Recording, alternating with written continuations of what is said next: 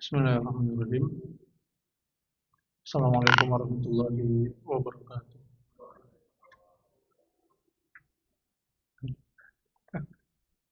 Single. Alhamdulillah wassalatu wassalamu ala rasulillah ya amma ba'd. Ma'asyiral muslimin rahimani wa rahimakumullah.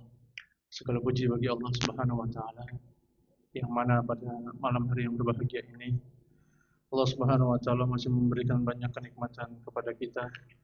Nikmat sehat, nikmat iman, nikmat Islam. Itu merupakan nikmat-nikmat penting yang Allah Subhanahu wa taala karuniakan kepada kita dan kita wajib untuk mensyukurinya dan memanfaatkan untuk ketaatan kepada Allah Subhanahu wa taala. Kemudian salawat serta salam hendaknya kita aturkan kepada junjungan Nabi besar Muhammad sallallahu alaihi wasallam yang mana beliau merupakan suri teladan yang terbaik, uswatun hasanah kita, orang yang patut kita jadikan idola, orang yang kita nantikan syafaatnya nanti di yaumil qiyamah kelak. Semoga Allah Subhanahu wa taala memudahkan kita untuk mendapatkan syafaat dari beliau. Amin ya rabbal alamin. Masyaallah muslimin rahimani wa rahimakumullah. Bapak Ibu kaum muslimin, bagaimana kabarnya? Sehat ya? Alhamdulillah, insyaallah. Mungkin ada sebagian dari kita yang sakit. Semoga Allah Subhanahu wa taala memberikan kesembuhan dan kesehatan seperti sedia kala. Amin ya rabbal alamin. Bapak Ibu kaum muslimin rahimani wa rahimakumullah. Pada malam hari yang berbahagia ini kita masih kajian tematik ya. Kajian tematik kita juga fungsinya kajian tematik itu untuk mengingatkan kembali, untuk merefresh kembali,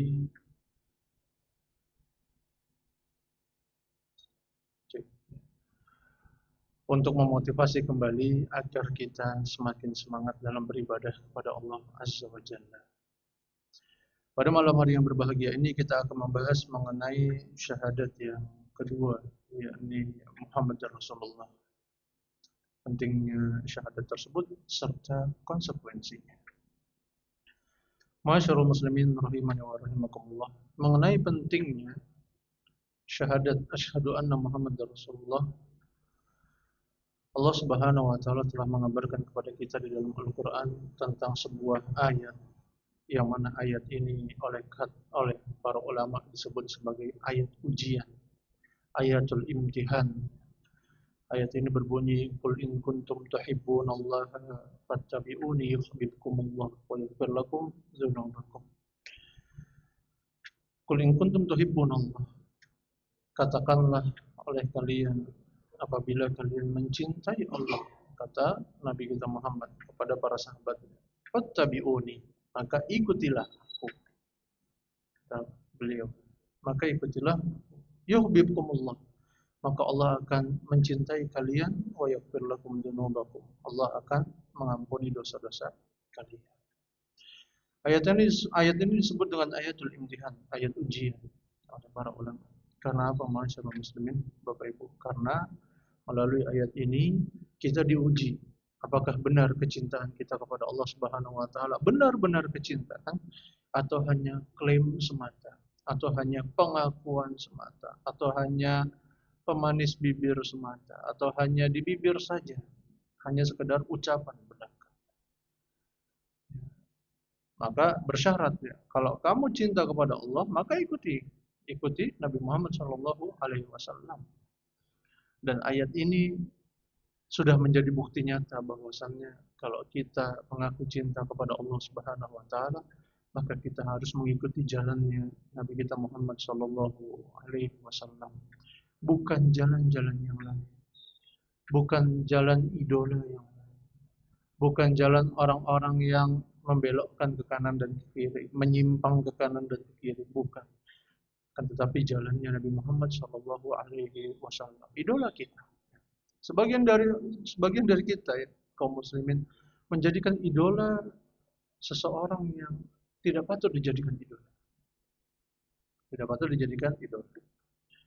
Sebagian dari mereka mengidolakan para artis, pemain bola, apalagi banyaklah yang pokoknya ya, dijadikan idola yang lain banyak. Padahal mereka Ada sisi baiknya, namun ada sisi buruknya. Yang mana terkadang keburukannya lebih besar daripada sisi baik.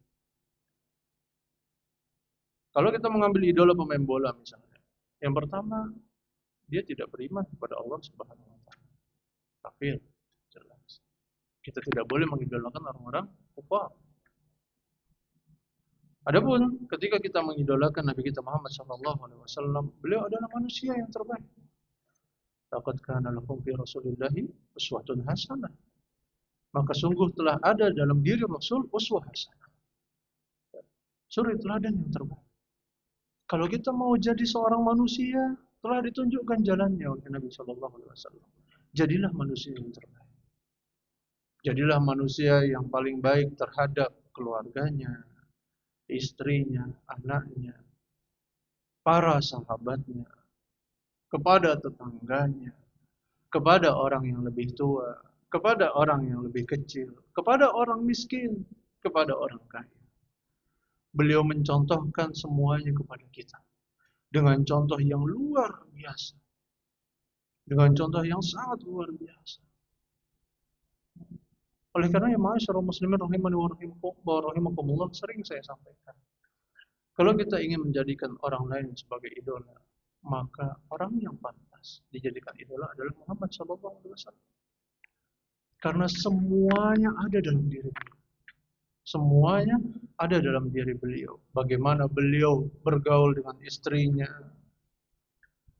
mendengarkan cerita istrinya, mendengarkan keluh kesah istrinya. Bahkan dalam hadis yang ketika Aisyah menamplek itu ya, menghalau piring yang dibawa oleh istri Nabi yang lainnya. Maka beliau mengatakan gurrat ummukum, ya, ibu kalian yang ummahatul mukminin ya, sedang cemburu. Hanya seperti itu. Ketika dengan para sahabatnya beliau juga bergaul dengan luar biasa. Dengan tetangganya apalagi. Sampai-sampai ada sebuah hadis yang mengatakan, aku mengira bahwasannya tetangga mendapatkan warisan. Insyaallah. Karena apa, ma'asyiral muslimin? Ya, karena baiknya beliau dalam bermuamalah kepada tetangga. Oleh karenanya ketika kita ingin mengambil idola, ya, kita ambil beliau sebagai idola. Dan kita harus belajar tentang beliau. Banyak dari kaum muslimin, ya, Bapak Ibu yang dirahmati Allah Subhanahu wa taala, banyak dari kita kaum muslimin tidak menyadari hal ini. Sebagian dari mereka terlarut dalam hal-hal yang berbau perpecahan. Misalnya seseorang mentahdir itu memperingatkan si fulan dari si fulan. Banyak berbicara masalah itu. Sementara mereka lalai dalam belajar sirah nabawiyah. Padahal sirah nabawiyah itu luar biasa, Bapak Ibu. Kalau kita renungi, ya, kita dengarkan saja. Ustaz Firanda itu punya kajian sirah nabawiyah kurang lebih 92 rekam. Itu kalau kita dengarkan sehari satu saja, dalam 3 bulan, insya Allah kita bisa jadi seorang ahli sejarah. Kita bisa belajar banyak tentang Nabi kita Muhammad SAW. Bagaimana beliau dalam peperangan, bagaimana beliau dalam muamalahnya sehari-hari dan sebagainya. Namun pertanyaannya, kita lebih sibuk di mana? Padahal kita mengaku mencintai Nabi SAW. Ada yang tidak cinta Nabi di sini? Tidak. Semua kaum muslimin yang mengaku dirinya Islam, bahkan yang hanya Islam KTP, ketika ditanya, kamu mau syafaat Nabi? Pasti jawabannya mau. Padahal pernah tahu sholat. Padahal pernah tahu sholat. Pernah tahu puasa. Zakat yang bayar. Karo orang tuanya wani. Sama orang tuanya berani. Sama istrinya luar biasa, akhlaknya buruk. Sama anaknya gitu juga. Tapi ketika ditanya, kamu mau syafaat Nabi? Pasti jawabannya mau. Oleh karenanya, ma'asyiral muslimin rahimani wa rahimakumullah, ini pertanda bahwasannya Nabi kita Muhammad SAW adalah seorang yang penting dalam kehidupan kita, dan kita wajib memahami dan belajar tentang siapa beliau. Itu yang pertama, bahasan kita yang pertama. Pentingnya syahadat asyhadu anna Muhammadar Rasulullah. Kemudian yang kedua, titik berat kita di sini, yakni tentang konsekuensi ketika kita mengucapkan syahadat asyhadu anna Muhammadar Rasulullah. Jamaah sekalian rahimani wa rahimakumullah, perlu kita ketahui bahwasannya ketika kita mengucapkan syahadat asyhadu anna Muhammadar Rasulullah, tidak serta-merta kita langsung menjadi orang yang mengatakan saya cinta Rasul. Karena apa? Karena ada konsekuensi yang harus kita jalani. Konsekuensi yang harus kita lakukan ketika kita berucap asyhadu anna Muhammadar Rasulullah. Para ulama mengatakan konsekuensinya ada 4. Yang pertama, tasdiquhu fima akhbar, membenarkan semua berita yang sahih, yang benar datangnya dari Rasul sallallahu alaihi wasallam. Kemudian yang kedua, ta'atuhu fima amar, menaati Rasul sallallahu alaihi wasallam terhadap apa yang beliau perintahkan. Kemudian yang ketiga, wajtinabuhu ma naha anhu wazzajar, menjauhkan apa yang beliau larang. Kemudian yang keempat, wa alla yu'badallah illa bima syara', dan seseorang tidak beribadah kepada Allah Subhanahu wa taala kecuali sesuai dengan syariat Rasulullah sallallahu alaihi wasallam.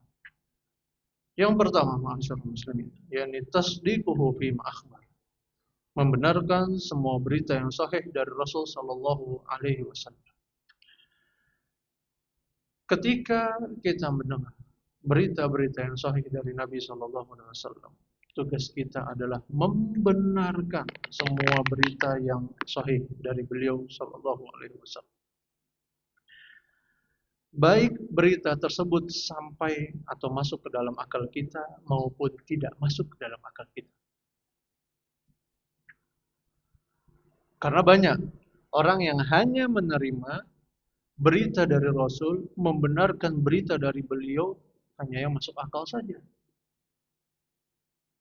Diperintah sholat, oke, sholat. Diperintah puasa, oke, puasa. Tapi ketika dia ditanya, apakah engkau beriman dengan azab kubur? Banyak orang mengatakan, ya, gak masuk di akal. Bagaimana azab kubur itu ada? Kita belum pernah melihat. Dan ini adalah pikirannya orang-orang ateis. Orang-orang yang gak punya Tuhan. Mereka sama sekali tidak percaya, tidak mengimani namanya azab kubur, nikmat kubur. Mereka tidak mau menerima hal tersebut. Karena apa? Di luar akal. Akal mereka tidak bisa menerima. Mana mungkin kuburan yang hanya ukurannya 2x1, kemudian akan didatangi malaikat yang bertanya tentang siapa Rabbmu, apa agamamu, siapa nabimu. Nggak mungkin, kata mereka. Belum lagi apabila orang tersebut diazab di kuburnya. Mereka juga tidak percaya nikmat kubur. Yang mana salah satu dari nikmat kubur adalah diluaskan dan dilapangkan kuburan bagi orang-orang yang saleh. Orang-orang ateis tidak percaya dengan hal tersebut. Orang-orang liberal tidak percaya dengan hal tersebut. Kemudian, ketika Nabi SAW mengatakan tentang nanti di akhir zaman akan muncul namanya Dajjal, yang beliau kabarkan bahwasanya Dajjal itu adalah dari Bani Adam. Artinya Dajjal itu adalah manusia. Ada orang yang bilang, oh Dajjal itu hanya simbol. Simbolnya apa? Simbolnya Saudi Arabia, itu Dajjal. Pernah dengar Pak? Pasti pernah dengar. Oh Saudi itu membuat istana Dajjal di Madinah. Ya. Itu apa namanya, istana itu nanti buat tempatnya Dajjal dan sebagainya. La haula wala quwwata illa billah.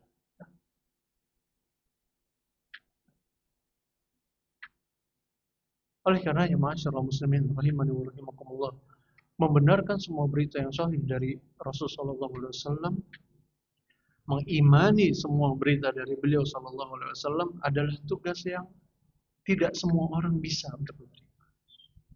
Tidak semua orang bisa untuk menerima.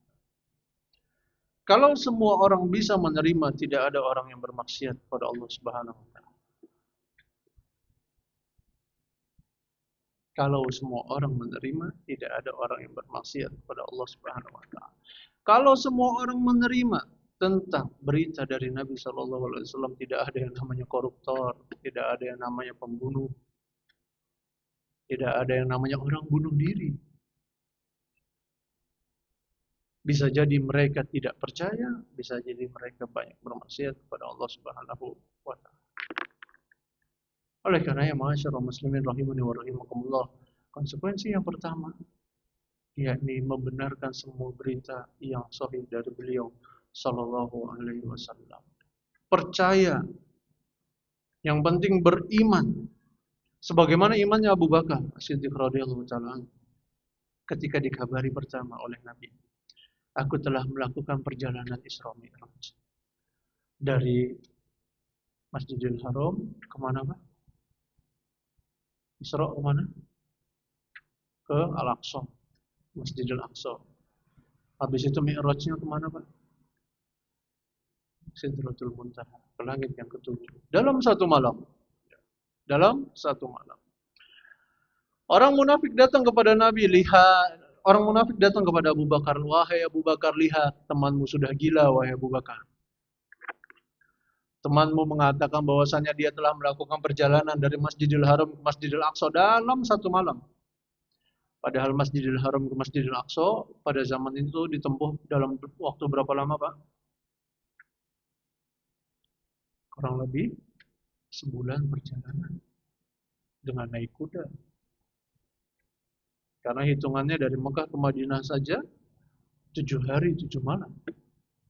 Belum dari Madinah nanti ke Palestina, negeri Syam pada saat itu.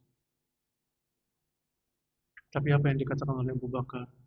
Seandainya Muhammad berkata lebih dari itu, aku akan mempercayai. Iman yang luar biasa, iman yang menjadikan Abu Bakar adalah sahabat yang paling mulia. Selain beliau yang menemani hijrah Nabi Shallallahu Alaihi Wasallam. Oleh karena ya Bapak Ibu yang dirahmati Allah Subhanahu Wa Taala, ya membenarkan semua berita yang sahih dari Nabi adalah perkara yang berat, bukan perkara yang ringan. Karena banyak yang tidak bisa diterima oleh akal manusia. Sementara ketika kita sudah mengaku berislam, bersyahadat asyhadu anna Muhammadar Rasulullah, tugas kita adalah yakin. Sing penting yakin. Ketika Allah mengatakan orang yang sholat di masjid berjamaah mendapatkan pahala 27 derajat, sementara yang di rumah hanya 1 derajat. Pahalanya bentuknya bagaimana Ustaz? Ya urusan Allah Subhanahu wa taala. Yang penting kita mengerjakan. Seperti itu dalam agama kita yang mulia. Kemudian yang kedua, ketika kita berbicara tentang asyhadu anna Muhammadar Rasulullah, maka kita berbicara tentang ta'atuhu fi ma'amar. Menaati beliau sallallahu alaihi wasallam terhadap apa yang diperintahkan. Ma'asyiral muslimin rahimani wa rahimakumullah, dan apa yang beliau perintahkan itu menaati beliau ya, ada 2 perkara. Ada 2 perkara atau 2 sisi. Yang pertama menaati beliau ketika diperintah. Yang kedua menjauhi larangan beliau sallallahu alaihi wasallam. Yang pertama yakni menaati perintah beliau sallallahu alaihi wasallam. Di antara perintah beliau sallallahu alaihi wasallam ialah ketika ada lalat jatuh ke minuman kita, maka apa yang beliau perintahkan? Lalatnya diapain, Pak? Caci maki? Enggak ya, tapi dicelupkan baru dimakan Enggak ya, dibuang. Dicelupkan dulu, baru di. Karena kata beliau, yang namanya sayap lalat itu, yang sebelah kanan, yang sebelah kiri penyakit, atau sebelahnya penyakit, sebelahnya penawarnya atau obatnya. Jadi ketika dicelupkan, netral. Ada orang yang mengatakan, Islam jorok sekali. Lalat jatuh kok malah dicelupkan. Kemudian datanglah penelitian bahwasannya benar. Ketika lalat dicelupkan, netral minuman. Baru orang-orang yang mendewakan akalnya percaya, ternyata benar. Namun dia membenarkan, bukan membenarkan Islamnya, tapi membenarkan penelitian. Ketika Nabi SAW memerintahkan kita untuk mencuci tangan 3 kali sehabis bangun dari tidur, karena kita tidak tahu apa yang dipegang oleh tangan kita pada saat kita tidur. Ada sebagian orang yang bahkan ada sebagian orang di zamannya para ulama, mereka nggak percaya dengan hadis itu. Tangan saya